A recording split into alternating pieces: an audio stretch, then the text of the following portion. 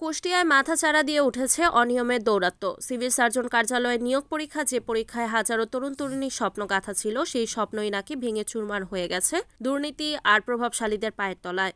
আজ 12টায় মানববন্ধনে অংশ নেন বঞ্চিত চাকরি প্রার্থী, শিক্ষিত তরুণ তরুণী, সাধারণ মানুষ সহ গণ অধিকার পরিষদের নেতাকর্মীরা। মানববন্ধনে বক্তারা বলেন, সিভিল সার্জন কার্যালয়ে নিয়োগ পরীক্ষা ছিল দুর্নীতি ও অনিয়ম ছিন্ন ভিন্ন। প্রভাবশালী মহল নাকি আগে থেকেই ঠিক রেখেছিল কারা নিয়োগ পাবে, কারা বাদ যাবে। মেধা, যোগ্যতা, দক্ষতা এসব এখানে কেবলই উপহাস। গণ অধিকার পরিষদের কুষ্টিয়া জেলা শাখা সাধারণ সম্পাদক আব্দুল খালেক বলেন, কুষ্টিয়াতে দুর্নীতিবাজের জায়গা হবে না। যে যত বড় শক্তিশালী হোক না কেন, যিনি ডিসি ছিলেন তিনি যদি আরো কয়েকদিন থাকতেন, এই কুষ্টিয়ায় তিনি বেঁচে দিতেন। তার বক্তব্য উপস্থিত জনতার ভেতরে চাপা ক্ষোভ আরো তীব্র হয়ে ওঠে। অনেক আন্দোলন হয়েছে, অনেক সান্ত্বনা পুরস্কার সরকারের পক্ষ থেকে দেওয়া হয়েছে। আমরা স্পষ্টভাবে বলতে চাই, সরকারের আমলারা যেভাবে রন্ধে দুর্নীতি শুরু করেছে, এই আমলাদের বিরুদ্ধে আমাদের আরো কঠোর পদক্ষেপ নিতে হবে। আজকে আমরা ফ্যাসিস্টকে বিদায় করেছি, কিন্তু ফ্যাসিস্ট থেকে অতিমাত্রায় আমলাতান্ত্রিক যে দুর্নীতি চলছে সারা বাংলাদেশ ব্যাপী, এই দুর্নীতির বিরুদ্ধে আমাদের অবস্থান থাকবে। আমি সরকারি আমলা এবং সরকারের আমলার কিছু দালালদের স্পষ্ট করে বলে দিতে চাই, বাংলাদেশের মাটিতে যেখানে দুর্নীতির ছিটে ফুটে আমরা খুঁজে পাবো, সেখানেই প্রতিহত করা হবে।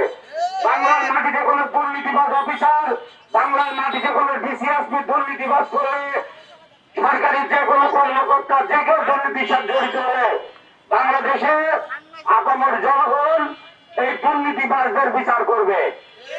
আমি স্পষ্ট করে বলতে চাই, আমাদের বিগত কিছুদিন আগে বাগপাড় ডিসি আসছিল কুষ্টিয়াতে, যে ডিসি আর হতে 1 মাস থাকলে কুষ্টিয়ায় বিক্রি করে দিত।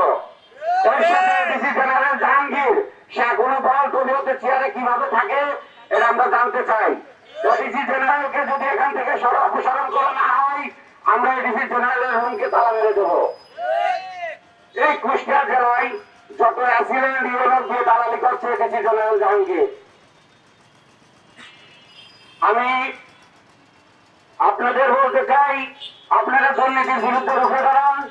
যারা এই দুর্নীতি করে সমস্ত দেশটাকে আজকে দুর্নীতি সাগরে ডুবিয়ে দিচ্ছে, তাদেরকে প্রতিহত করতে হবে। আজকে সাধারণ মানুষের সমস্ত জিনিস করে ক্ষমতার উঠে গেছে।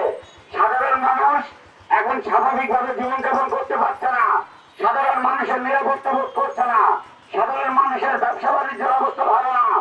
আমি প্রধান উপদেষ্টাকে বলতে চাই, আপনার এনজিও উপদেষ্টা দিয়ে দেশ চলবে না।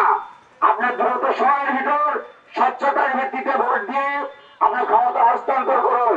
জনগণের সরকারের হাতে আপনি ক্ষমতা হস্তান্তর করুন। আপনার এনজিও আজকে দীর্ঘদিন হয়ে গেল আমার দলের প্রধানকে আজকে যেভাবে আপনার ষড়যন্ত্রে নির্মমভাবে আঘাত করা হয়েছিল, আজ পর্যন্ত একটা আসামি আপনারা ধরতে পারেন নাই। আমরা অচিরেই আপনাদের যেভাবে আমরা এনে বসিয়েছিলাম, হয়তো বিতাড়িত করার জন্য আমাদের আবার রাস্তায় নামতে হবে। আমি স্পষ্ট বলতে চাই, আমাদের যদি রাস্তায় নেয় দুর্নীতি নিপাত করা লাগে, আপনাদের মতো দালাল শ্রেণীর আমরা যারা আছে, তারা বাংলাদেশের মাটিতে ঘুমাতে পারবেন না, বাংলাদেশের মাটিতে আপনাদের পরিবার থাকতে পারবে না। আপনারা এখন ভালো হয়ে যান। আমি বর্তমান জেলা প্রশাসককে বলবো, আপনার প্রতিটা রঙে রঙে দুর্নীতি আপনি এগুলো ভালোভাবে লক্ষ্য করুন। আপনি আমাদের কুষ্টিয়াতে নতুন জেলা প্রশাসক হিসেবে আসছেন, কুষ্টিয়ার মানুষের পাশ বোঝার চেষ্টা করুন, কুষ্টিয়ার মানুষের সঠিক বিচার নিশ্চিত করুন। Report Nazmul Hasan, NEN TV, Kushtia.